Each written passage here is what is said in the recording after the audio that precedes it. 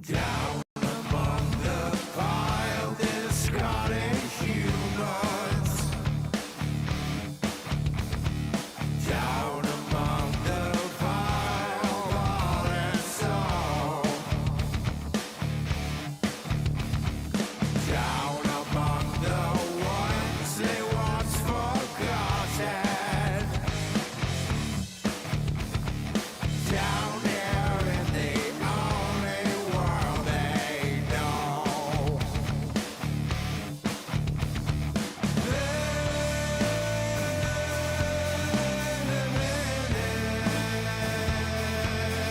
Surrounds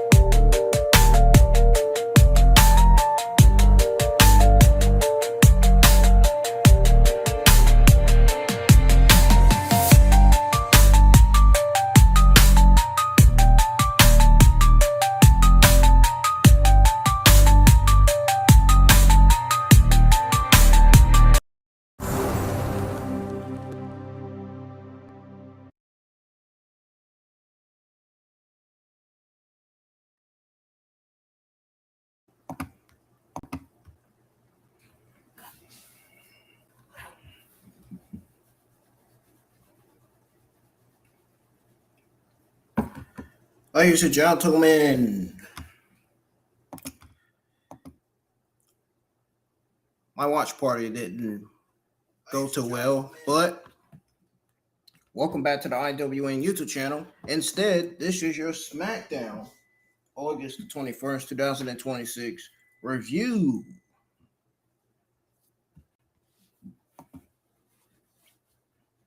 Hit the thumbs up, subscribe to the channel if y'all are new. Turn on that bell for all notifications.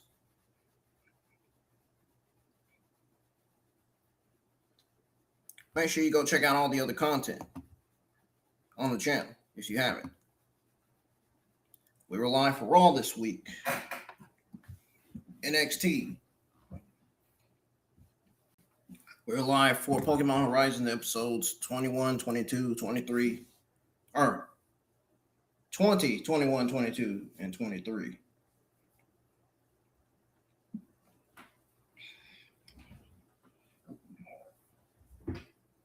No, we weren't. No, we're live for episodes 21, 22, 23, 24. I got it mixed up. Because it says it on the title. But yes, we were live for Raw, NXT, Pokemon Horizons, and now SmackDown.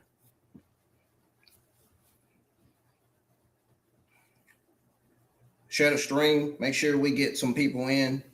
Because I know the last time I was live earlier, we had got 35 views. The views was going up fast when I was going live for the show. And then the VPN ended my stream. It messed up my stream and it ended it. So stream ended up crashing. Don't know why that is. I don't think it has anything to do with the strong Wi-Fi. I wasn't able to figure it out, unfortunately. So anyways, make sure y'all hit the thumbs up, subscribe to the channel if you're new, and turn on notifications. And having on notifications is important, so don't skip that. Don't ever skip something like that. We're still at 945 subscribers. We were at 947 last week. We had dropped down to 945. Anyways, let's go ahead and get straight to the review.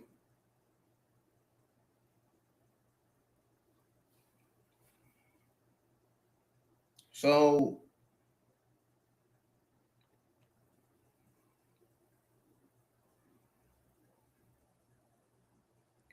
this week's episode of SmackDown was a mid-low C-, very, very mid and terrible outside of three things. Everything else was boring and trash tonight. This was not a good SmackDown tonight, folks. Don't let anyone convince you otherwise. I'm telling you now. Only three things stole the show tonight. Just three. You would think it'd be like six things stealing the show. You would think that SmackDown would be good from the beginning all the way to the end. No, it wasn't. It started off with arrivals. Then Cody Rhodes and Randy Orton promo package, hyping Sunday night's main event. Then backstage, Sami Zayn complaining to Nick Aldis about wrestling with a broken hand, and Randy Orton screwing his match versus Cody. Then we got Orton walking up face-to-face, tension right there. Then in-ring Cody calls out Orton. Aldis comes out saying, y'all are not doing this tonight. Orton cuts in saying pretty much that he pretty much says that we got Sunday. We ain't doing it now. Cody eggs him on trying to swing Aldis steps between them and lays down the law. Y'all touch before Sunday night's main event. You never get a title shot again. Then Orton says he was willing to go to a dark place before WrestleMania, while Cody always been the good guy, and Cody fires back with that cold line.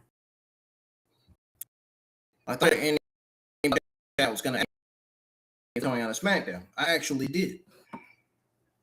Just want to clarify that.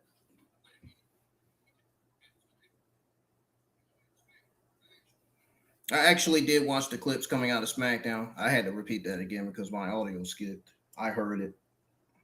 I got the stream up to keep the quality up and everything.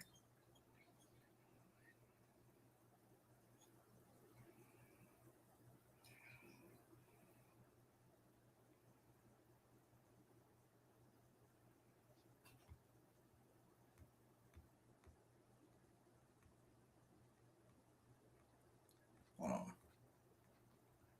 Let's see if I got audio only. I'm not turning on my camera tonight. I'm just not I'm just not in no kind of mood to do that tonight, man. After the terrible SmackDown that we got tonight. No way. know what the fuck they're doing with Giulia and Blake Monroe, man. It's getting ridiculous. So back to going over what's starting off SmackDown in the first place. Talking about Orton and Cody.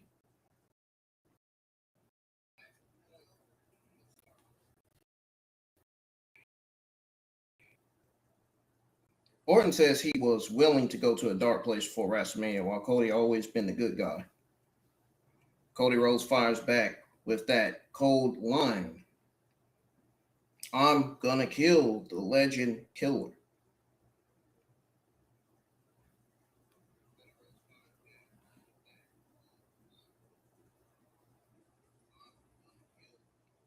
So yeah, he says, so one more time, I'm gonna repeat this one more time in case nobody didn't hear it. Orton said he was willing to go to a dark place before WrestleMania, while Cody always been the good guy. And Cody fires back with that cold line. I'm gonna kill the legend killer, and that's not a prediction, it's a spoiler.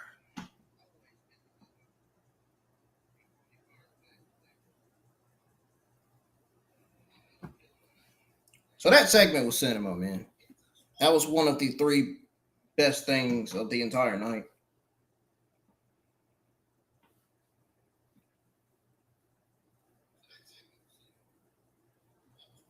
This was easily a solid average B plus.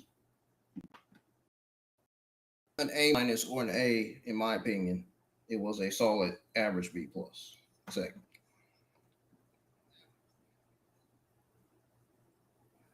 It definitely carried the first hour of SmackDown. 100%.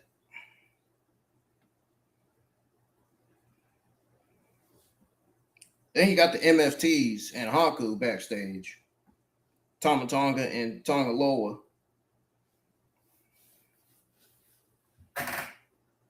Tama Tonga and Tala Loa says, or Tala Tonga says, it's about family now. Haku drops, we showed him who is the motherfucking Tongan here. That's what he said, not me. Hard line than WWE tag titles. MFTs defeating R-Truth Damian Priest. This match was pretty much just.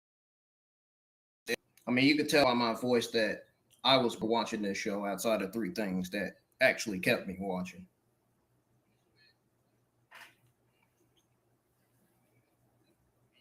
But this tag match was just there.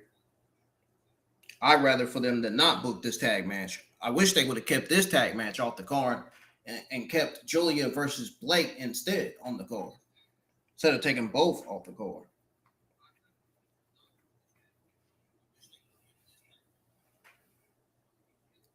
Because we know for a fact that Giulia versus Blake Monroe would be way better, would do way better than the WWE Tag Team Championship rematch. The Giulia fans know that. The Blake Monroe fans know that. Half of the people in the Aryan wrestling community knows it too. I mean, and even the people that's getting tired of the bloodline stuff. I'm not tired of it. At least not yet, anyway. This tag team match was very, very mid. No story. There was no story in this. Convince me otherwise that there was, because from watching this show, tell there wasn't. Trust me, I'm not blind or dumb. I know what's a story and what's not on this show. This was certainly not. Priest and Truth hug after whatever, and it looked like Priest was about to turn on R-Truth. But it ultimately backfired. In other words, it didn't happen. He changed his mind. CM Punk backstage with Cathy Kelly. It says Owens chasing ghosts. He hasn't changed, but Punk has changed. Then Orton interrupts, says he's coming for that title. This was an okay setup. Wasn't the best, but it was okay for what it was.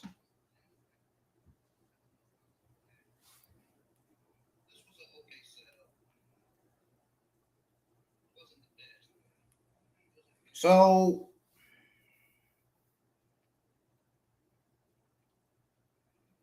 then we had Chelsea Green and Tiffany Stratton backstage with video recap of Chelsea promo last Friday plus Paige. Chelsea and Tiffany confront Fatal Influencers, Jacy Jayne, the United States Women's Champion, and the WWE Women's Tag Team Champions, Paula Henley and Lindy Reed. Paige says she wants Women's United States title shot. This shit was easily paint by numbers. Zero heat, boring booking. Then Cathy with Blake Monroe before in-ring debut versus Giulia. Blake says debut should be for women's title. That's big talk. That's big talk coming from the woman we have not seen wrestling in the ring for what, 4, 5, 6 months now?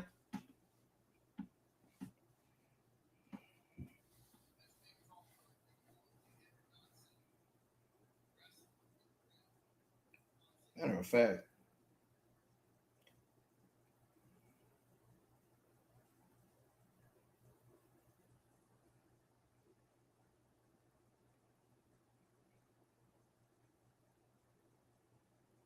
hold that thought for a second. Matter of fact, hold that thought.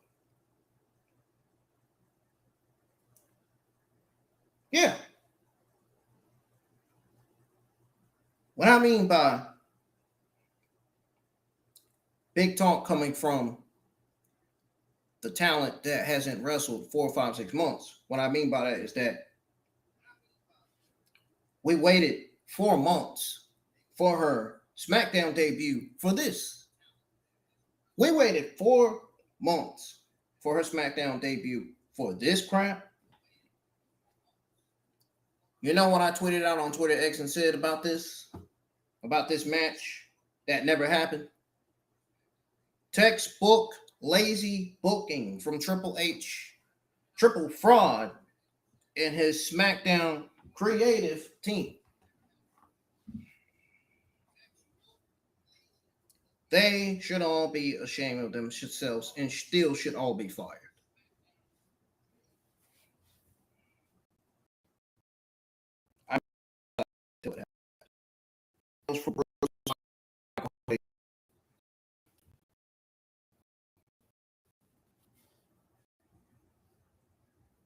There's no way you take the match off the card and then put it back on there, and then it ends up never happening.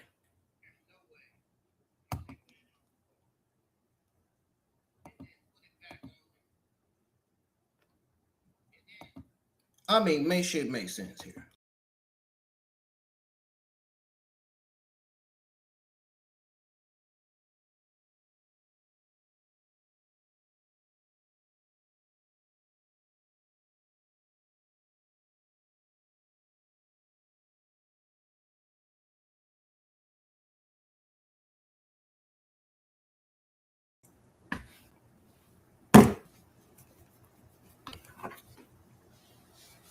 It's like 1 minute they made up their mind, then the next minute they still can't make up their mind. It's like they want this, they don't want that, but then they want the same thing again.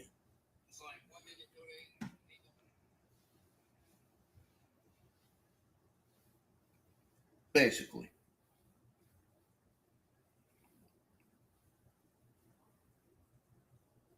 That's exactly what that's like. Exactly what was displayed here. I mean, Triple Fraud Creative, what are we doing with Blake Monroe and Giulia? Why are we not booking them properly? Why are we not using them and giving them more TV time? At this point, you might as well move over Jordynne Grace, Giulia, and Blake Monroe to Raw because SmackDown doesn't know a damn thing. SmackDown doesn't know what the hell they are doing with Giulia, Blake Monroe, and Jordynne Grace.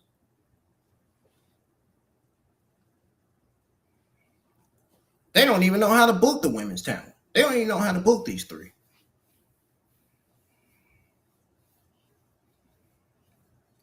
Jordynne Grace still in catering, no plans.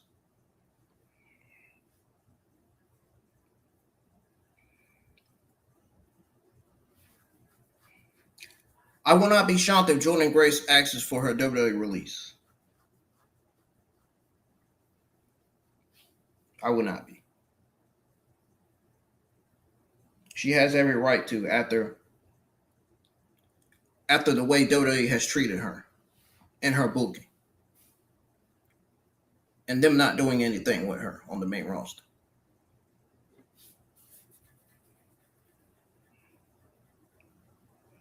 It's just disgraceful. It's just ugly. At least book Jordynne Grace in the match or something, man. Jeez, give her something to do.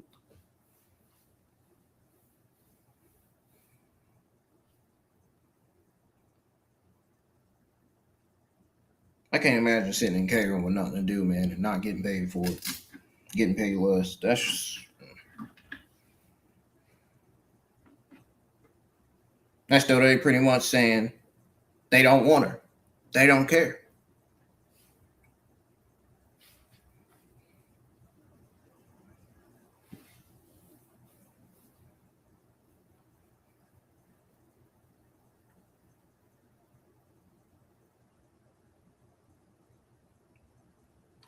Well, yeah.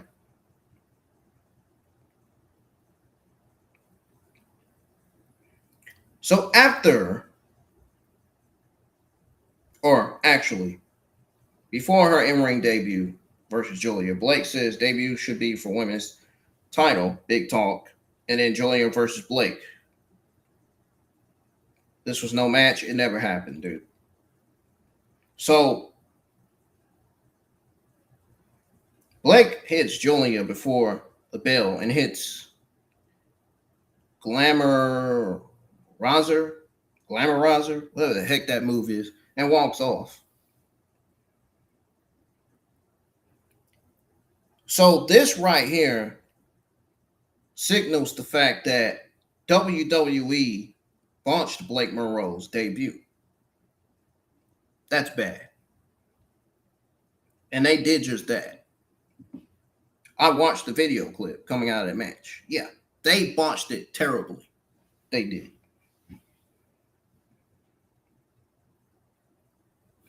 And yet, somehow, Triple Fraud and his administration and creative think that's how you bring in your big signing, cheap, non-match attack. Are they serious with this? This is lazy creative. This is lazy textbook booking. That's what this is. Nothing more, nothing less. Not surprising. Given that WWE does a lot of that lately with their shows. Meanwhile, we got Charlotte Flair, Alexis. I said Alexis. Oh my God, I need to get off this stream. Alexa Bliss and Tatum Paxley backstage. Tatum excited to hang with them, wholesome, and then Jay Cargill, Michi and B-Fab interrupt. Makes Michi versus Tatum next week. So apparently we're getting Michi versus Tatum on SmackDown next week. So in other words, we're getting the in-ring debut of Tatum Paxley on the main roster. What's that going to lead to? Another freaking botch? Another match that's never going to happen? Because WWE doesn't know how to properly book their women's talent because they got a terrible women's division. This women's division needs a shakeup, man. This shit sucks, dude.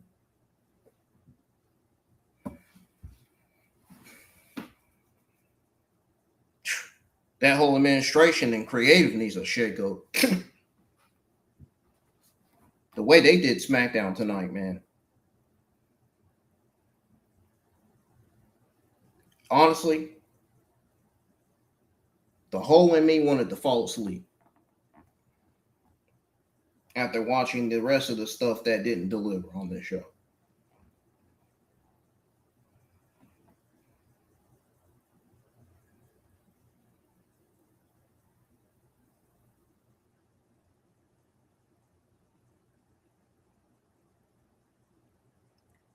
So Tatum Paxley was happy that Charlotte defended her. But again, Tatum Paxley, no real follow-up.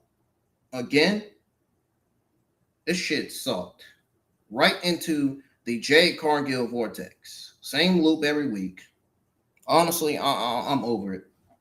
We need something new. We need something fresh in this women's division because right now we're seeing the same stuff every week coming out of the SmackDown women's division. And it's not even the SmackDown women's talent's fault, dude. It's Triple Fraud and his creative team. It's them. It's always them. The lazy creative and booking we've been seeing coming out of the women's division. It's just ridiculous. They know damn well these women deserve better. And yet, they don't care.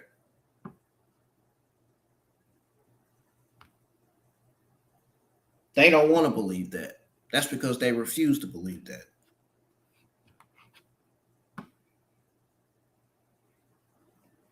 But the majority of the internet wrestling community does. They see what Triple H administration and the creative see in that women's roster, that SmackDown women's roster, in the SmackDown women's talent.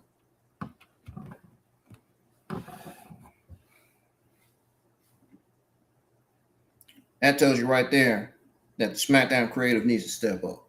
It needs to do better with how they're booking the women.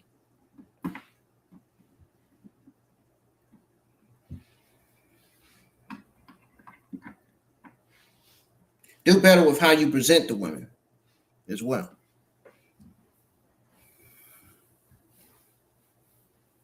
You know, make sure you give them promos to cut that's going to get them over.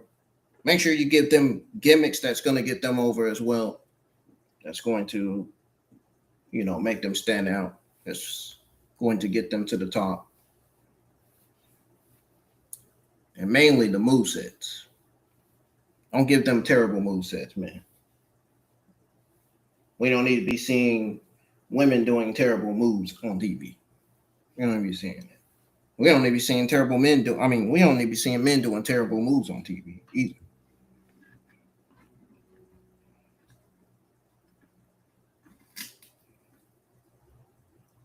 I'm telling you, if the creative booking and writing gets better, man, we wouldn't be complaining.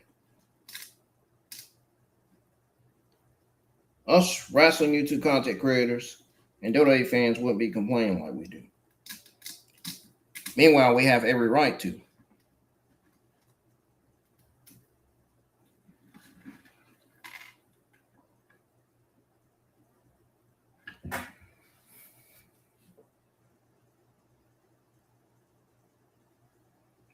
Why we do the complaining like we do? Because we care. We care about the shows and we care about the talent. We know how good the creative booking and writing is supposed to be. We know how the matches are supposed to be both presented and written.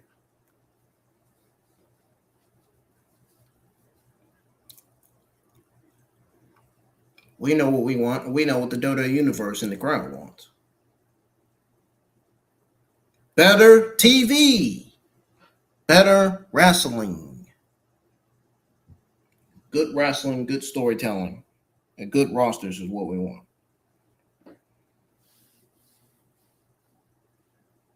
You can even long-term booking storylines in there.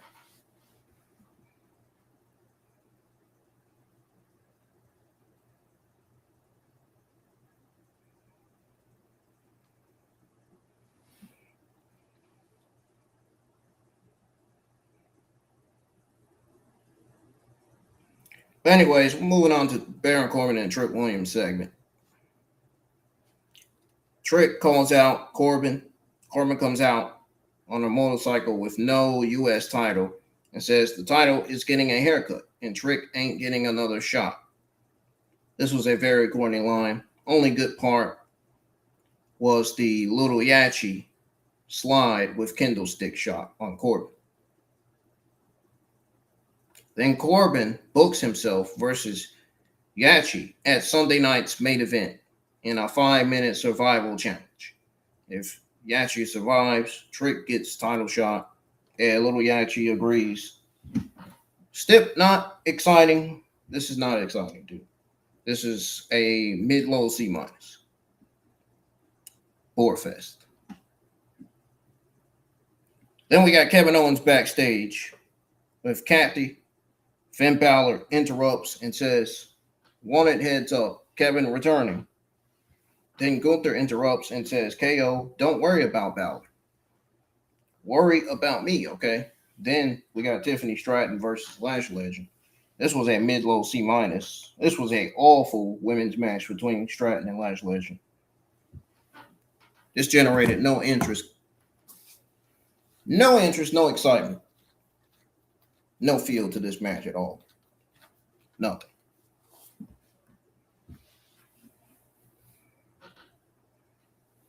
Then we got the recap of Irresistible Forces attacking Tiffany and Tiffany losing the title. Tiffany goes at Lash. Early, Lash targets ribs, bear hug. And then we got these so slow, boring catches, Tope Suicida slams into post, heading into break after break. Lash misses elbow.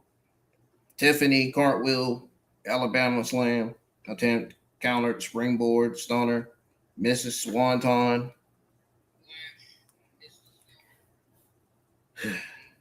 Lash misses boot, Tiffany crucifix bomb for a 2 count. And then Lash cuts off prettiest moonsault ever and hits Lash extension for the win. Then Lash and Nia Jax beats down Tiffany. And then Chelsea saves with a kendo stick. Paint by numbers again. Tiffany losing again. After title loss, did nothing. Absolutely nothing. And then Shinsuke Nakamura vignette introducing new tag partner, Hiromu Takahashi. This was a solid little B-, fine for what it was. Like I said on Twitter X. Nakamura says he warned everyone for weeks. Then Hiromu Takahashi debuts as Kiyoki. He says, after competing around the world, finally arrived in WWE, stronger opponents, more fun. Nakamura says, Kiyoki, not afraid of chaos, and he enjoys strong style. Plus Magnus, collide, explosion, cool, intro, short, but worked, no real bad, then video package for Owens versus Punk, aired. Then we got the Undisputed WWE Championship match. CM Punk actually defeated Kevin Owens to retain, all thanks to Sami Zayn hitting Kevin Owens with the title. Solid average B+ main event. This Undisputed WWE Championship match easily carried the main event, easily saved the show from an F. Mark Nash, intros, Dan Engler, Ref Owens, early punches, clotheslines, over the top chops on the floor. And then Punk stomps on Owens, clears the broadcast table. Punk puts the top back on. Owens crotch chop, cannonball in the corner. And then we got Owens up on top. Punk rolls to the floor, smiling. And then Owens hits from behind. Owens puts Punk on the table and jumps off the barricade, splash through the table. Crazy back in.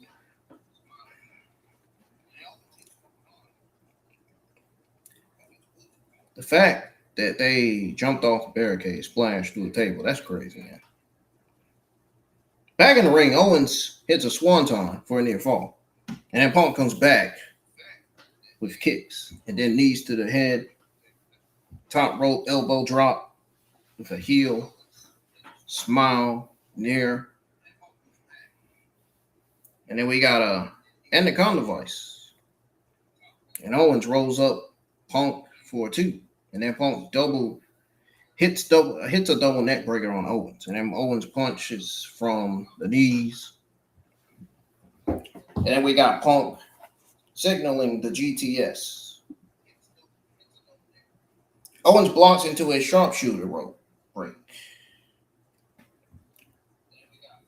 We had a rope break after that sharpshooter. And he had an apron clothesline over.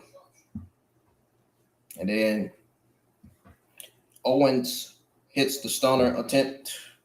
Punk shoves into the ref. And he hits a GTS. Owens shoves Punk into the ref.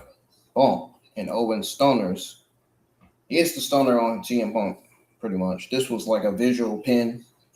And then the ref was down. Ref was ultimately down. So this calls for another ref. So then Punk, he hits the GTS on Kevin Owens. He gets the pin. The ref is still down. Punk tries to revive the referee. And Sami Zayn runs out, throwing Punk into the post and tosses Punk back in the ring. Owens stunners Sami Zayn, throws ref back in Punk and kicks out.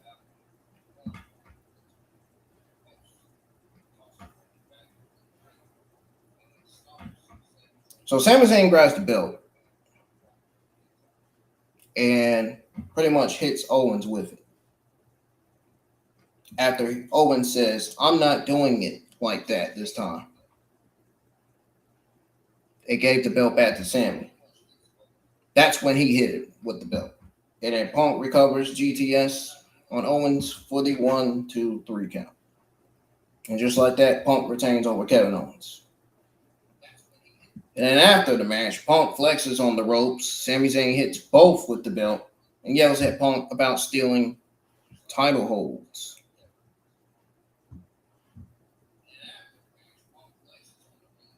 Well, he yells at Punk about stealing title. So he then holds the title up. He gets booed hard to close out SmackDown Season 28, Episode 34. Man, y'all can tell by hearing my voice that I just did not want to go over none of this. I just felt so bored going over this. I should have just said, nah, I'm not doing a SmackDown watch along or review.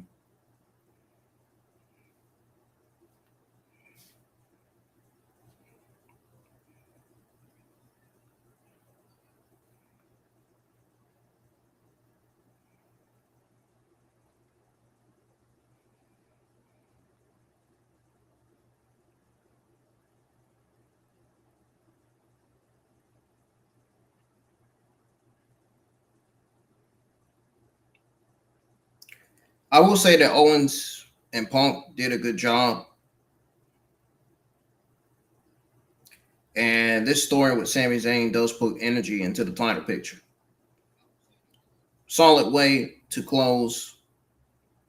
Honestly, the final verdict here, outside of Cody Rhodes and Orton in-ring segment, Nakamura, Kiyoki, vignette, and, Nakamura introducing his new partner. and the Punk and Owens title match. Those were the three best things in the entire show. Rest was boring and trash. They botched Blake Monroe's debut. Like I said, with the Tatum Paxley stuff, they did no follow-up. They sucked her into the Jade Cargill vortex. Chelsea Green, Tiffany. We had a follow-up. I think we had a follow-up on that too. But God, is this SmackDown Women's Division terrible. They've been booked like shit. And right now they are in desperate need of shakeup because this division is doing poorly off because of Triple Fraud and his administration and his lazy creative team. This is just it's just sad.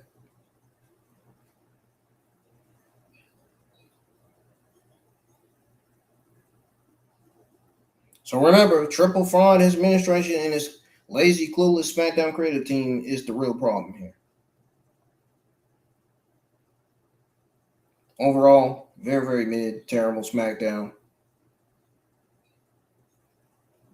I graded it a mid-low C minus. Because that's what this show deserves. 1,000% sure that this grade for the show, this is the grade that the show deserves. I'm 100% positive. I really am. Trust me, I watched all the video clips. Believe me. I ain't high on no drugs or nothing. I'm actually speaking the truth like it is. Reason why I don't sound like my exciting self is because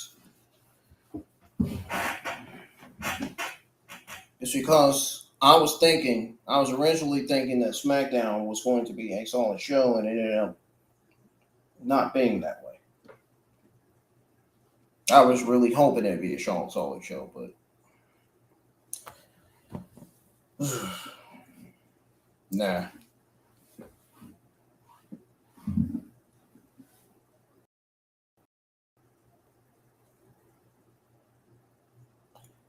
Turned out to be a waste of time.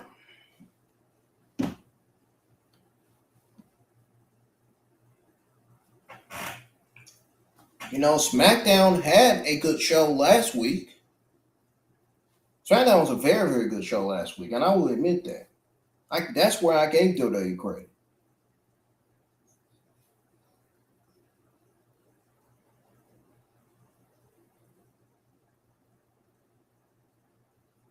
I mean, it was one of the best SmackDown shows of this year.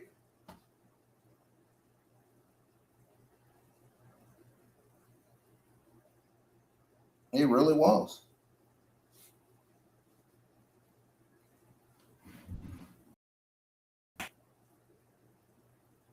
Then all of a sudden, this week comes. They're gonna give us mid-terrible SmackDown. Like, at least I got AAA to look forward to. Even though the only thing that I'm not going to be interested in watching, the only match I won't be interested in watching is Galeno versus Omos. I don't know why anybody's excited for that. I'm not.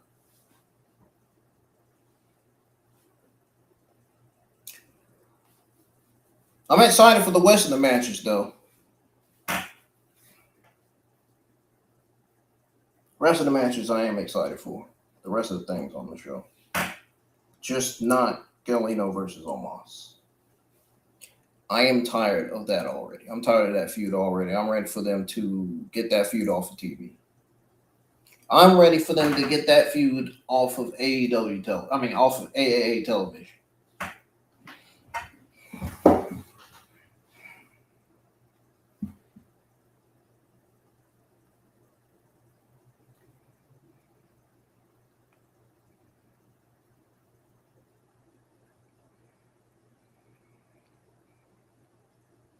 Yeah, I'm feeling tired. I think I'm gonna eat and then I'm gonna try to stay up a little bit more and go to bed, so I don't be dealing with them during dreams again like I did yesterday. Before I get on here, folks, I do have some news on Ilya Dragunov and Lola Vice.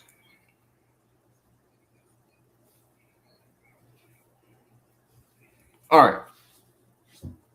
So this recent news came out on Ilya Dragunov being done with WWE after his contract expired. We got to talk about that. That is something very serious. Ilya Dragunov had so much potential.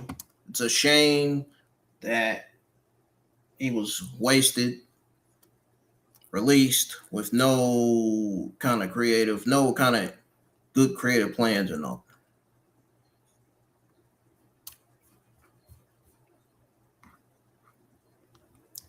He should have been WWE World Champion already.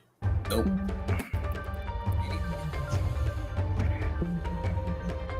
By the H administration and creative.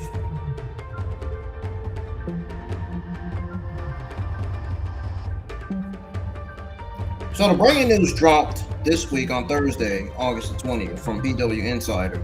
They still have me blocked on my other account. They're not always reliable sources. I'm gonna keep saying it. Their news is not always true. However, this one actually is.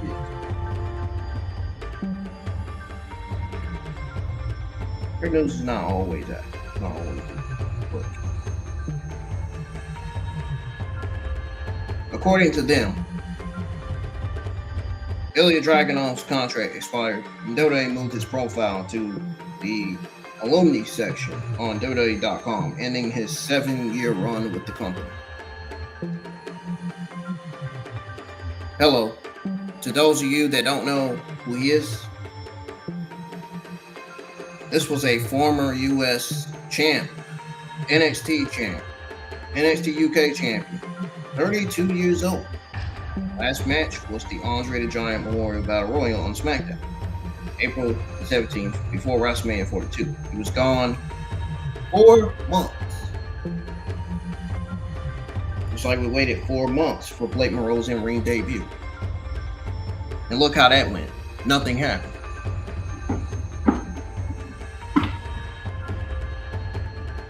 Now my thoughts on this right here. My thoughts on this, the good and the bad. It's mostly bad here. The short good here is that Ilya Dragunov is one of the more intense. He's one of the most intense, hard-hitting, believable workers WWE has ever had. Ever since 2019 in NXT UK. Now, I was 20 years old that year when this happened. And, NXT UK was still running. And then NXT, his matches with Walter, aka still currently with the ring name Gunther, are all times.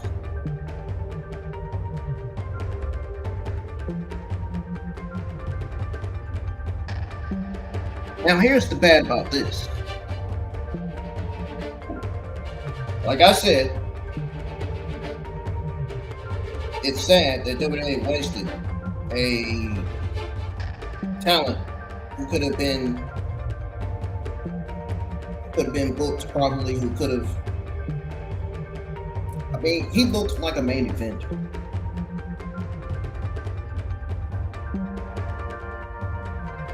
That's how freaking solid Ilya Dragunov was in the WWE. But WWE wasted him so bad. That's the real frustration. That's the real issue. That's the main thing that the whole internet wrestling community is mad about right now. Rightfully so. And after his main roster debut in 2024, tore his ACL and was out a year.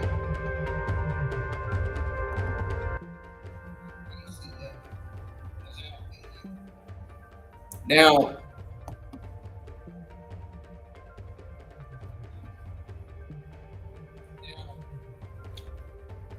He came back in October 2025, beating Sami Zayn to win the United States title in his comeback match. Held it 63 days, did that open challenge run, that was fire, and lost it to Carmelo Hayes in December. Since then, the booking was utter trash. It was. I've seen it. Royal Rumble 2026, Brock Lesnar eliminated him in like 2 seconds, and everyone criticized it for burying him. Then Andre the Giant Memorial Battle Royal, and then, like I said, nothing for 4 months. No creative, no TV. That's why fans been frustrated, because he never got a real main stage push. And the negotiation part, WWE did want to keep him, but Dragunov chose to let it expire. Ryan Alvarez reported on F4W Wrestling Observer News that WWE and Ilya Dragunov were strongly negotiating a return as recently as June. Not sure what ended up happening, but Ilya Dragunov and WWE were said to be strongly negotiating a return as recently as June. So talks broke down between June and now, and he decided to test free agency.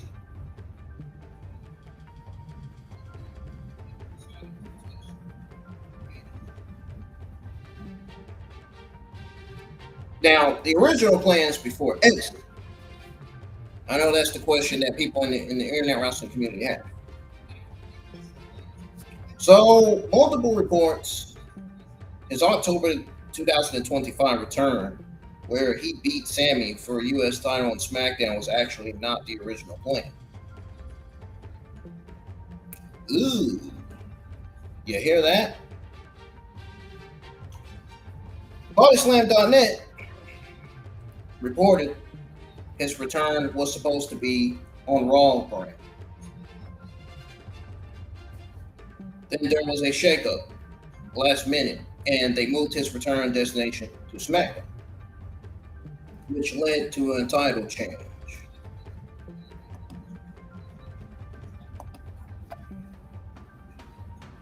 So creative was already shifting on him, and before that, even in 2023, there were talks about him being a 4th member of Imperium with Gunther, but that got canceled. What's next for Ilya Dragunov after WWE?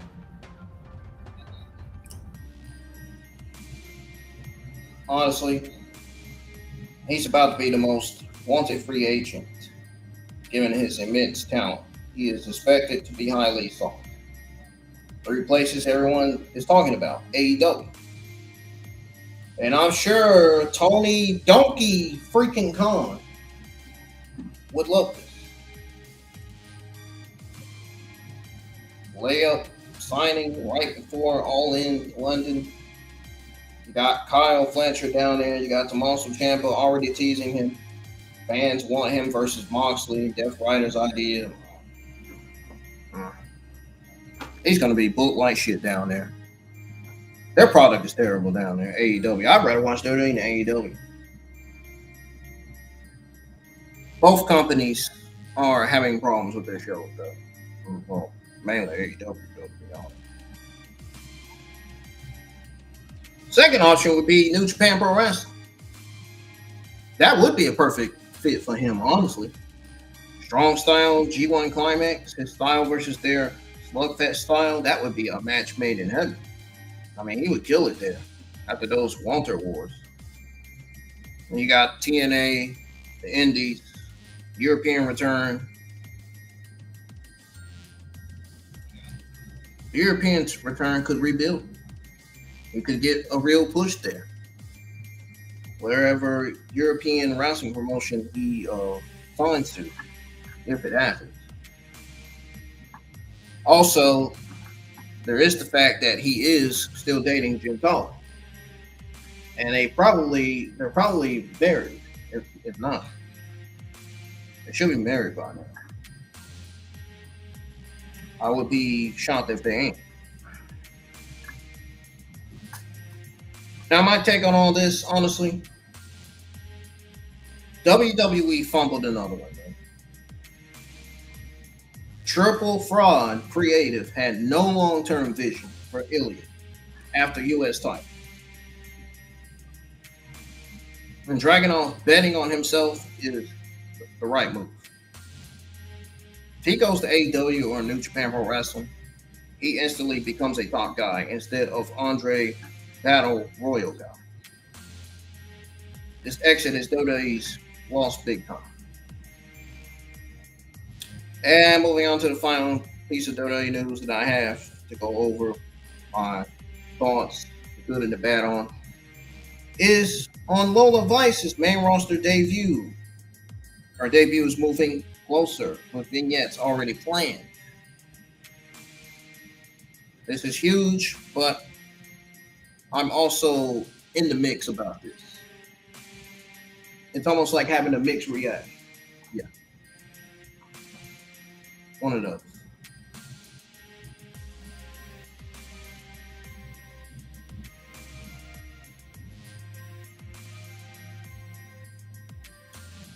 Now,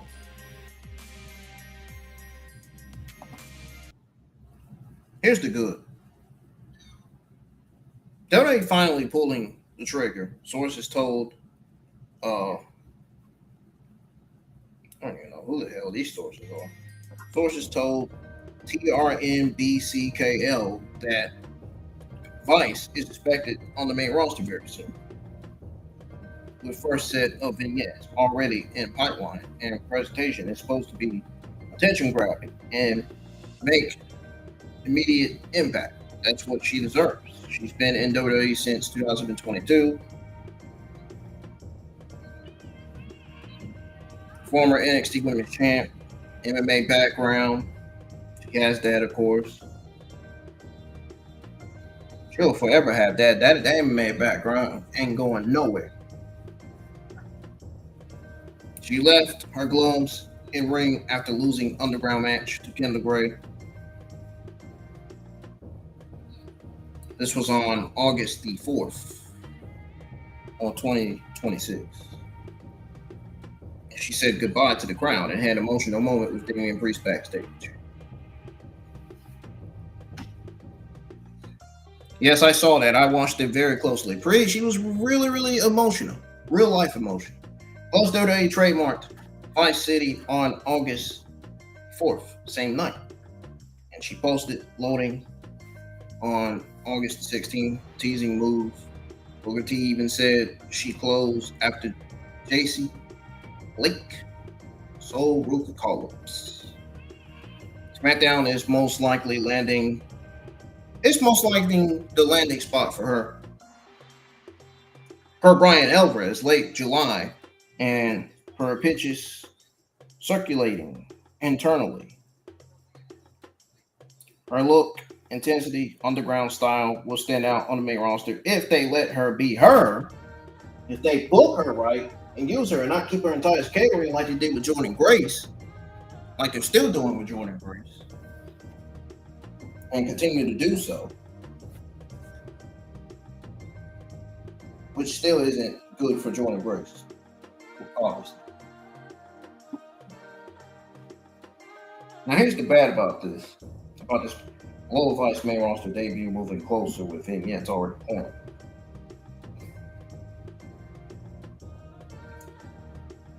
You know, from my experience watching WWE, you know, I've watched WWE ever since I was little.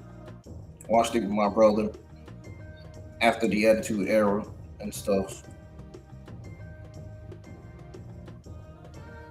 I've seen stuff like this before, man, where WWE pitches ideas, but yet no freaking timeline. SmackDown Women's Division right now is booked terribly. Every week, no real story for new girls. If they bring Lola up with no plans, like they botched Blake Monroe's debut with no match. Holy shit, they're gonna waste it, man. I'm telling you. I'm telling you right now. Telling y'all what I know. I'm also worried they might just make her Damian Priest's girlfriend power couple instead of letting her actually be Lola Vice on her own. And vignettes could be all flash, no substance. Not no all gas, no bricks. This is not all gas, no bricks. This is all heartbroken.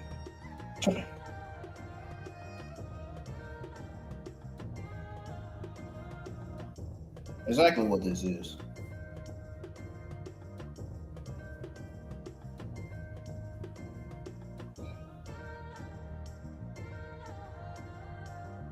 So, yeah, this could be all flash, no substance for real.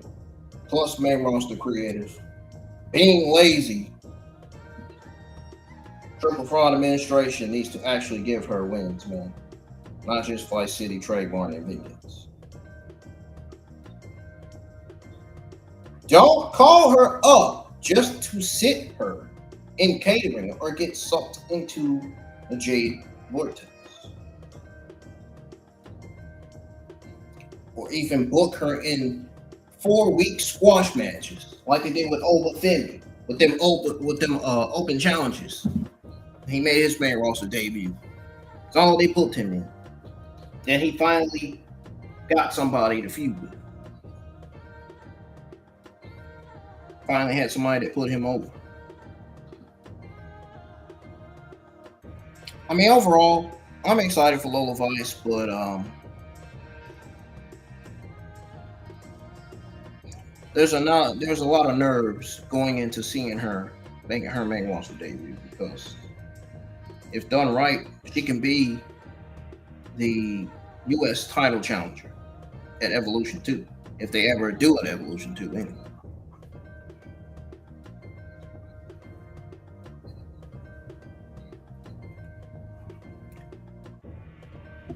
It ain't gonna be against Giulia though, because Giulia's gonna be on SmackDown.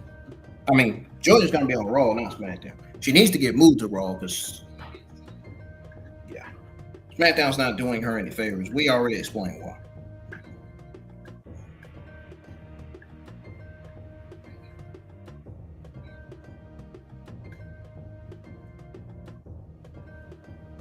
She needs to be Lola Vice. If done right, Lola Vice should be the U.S. title challenger to a woman that's on the same level as her as United States Women's Champion. Because that would be a banger.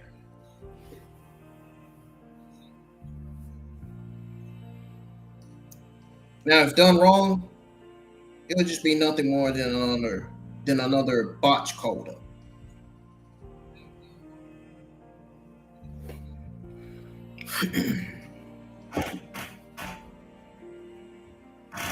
So that's it with the news on Emily Dragunov and Lola Vice.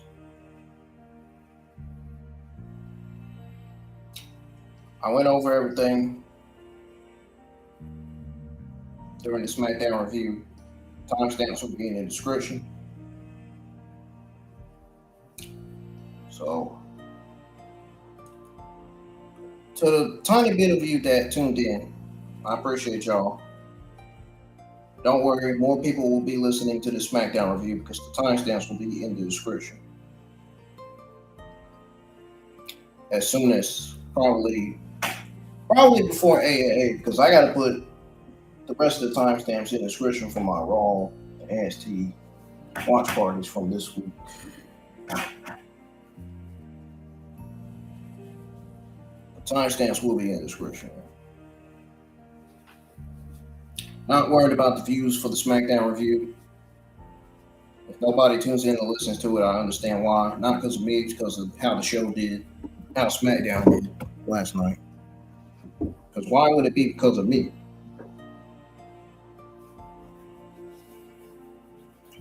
Why would I be the reason?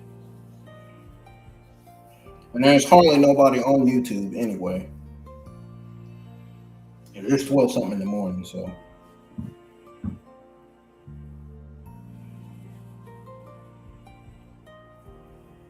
A lot of these popular YouTube content creators are streaming things or reviewing SmackDown.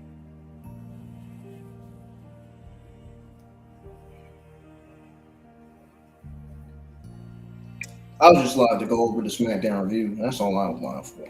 I'm finished. I'm getting the heck out of here. I'm almost looking forward to AA. In other words, the only thing I'm not looking forward to is Omos versus Galeno. Everything else, yeah. So we're looking, as far as my great predictions going into AAA and Fox episode 31. Well, you know what?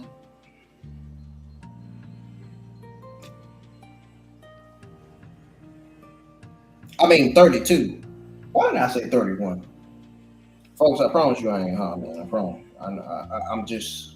I sound sleepy. I'm tired. I need to eat. I ain't ate nothing.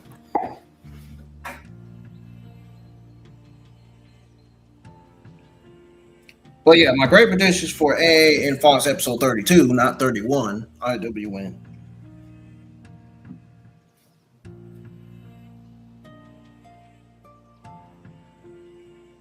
The reason why I say 31 because episode 31 was a fucking banger. It was great. I really enjoyed it. You can tell by the if you click on my AA and Fox 31 2026 watch party and listen to my live reaction and commentary to this, you can tell you can hear and tell that I enjoyed it. It was another solid fucking show. But as far as the card for tonight's AAA, I could see this episode being behind the episode that we were live for last week.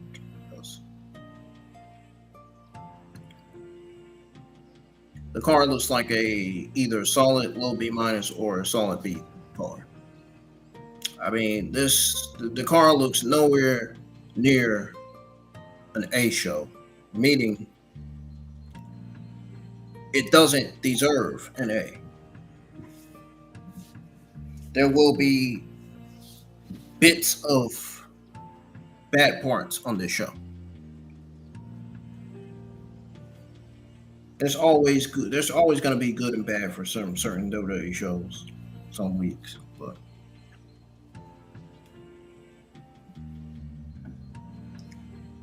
like I said, from looking at the card, Galeno versus Omos, that's the only match I ain't going to enjoy. But everything else is going to be solid. So it's going to pretty much be a solid show.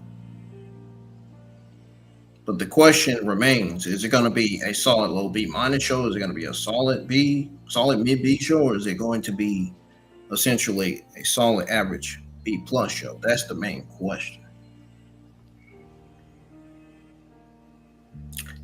Honestly, I think my great predictions for AA and Fox episode 32, I'm going with a solid B. Solid mid B. That's what I'm going with. Because we know Galeno versus Omos is going to be mid, probably mid average, maybe mid C. That's the grade that match is getting from me. All the other matches are going to get either a solid B or a solid average B plus. But my grade prediction as of right now is a solid mid B for AA and Fox episode 32. As it stands for right now. If it does terrible, the grade could change to a low grade.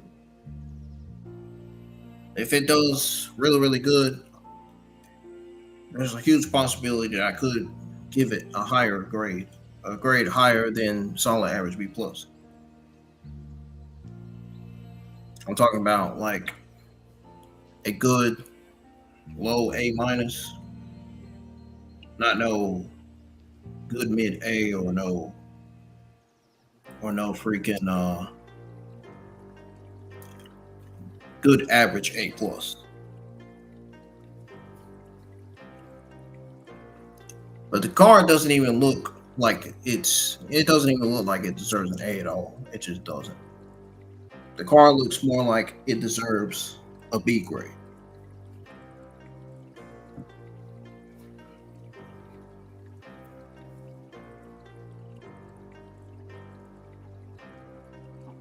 That's what it looks like.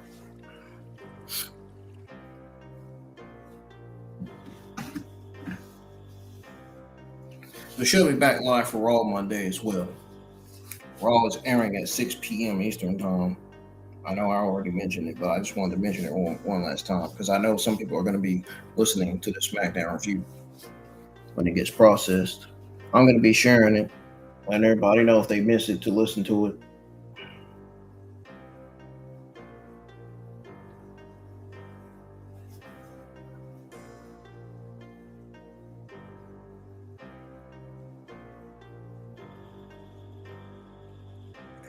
But folks, I'm getting out of here.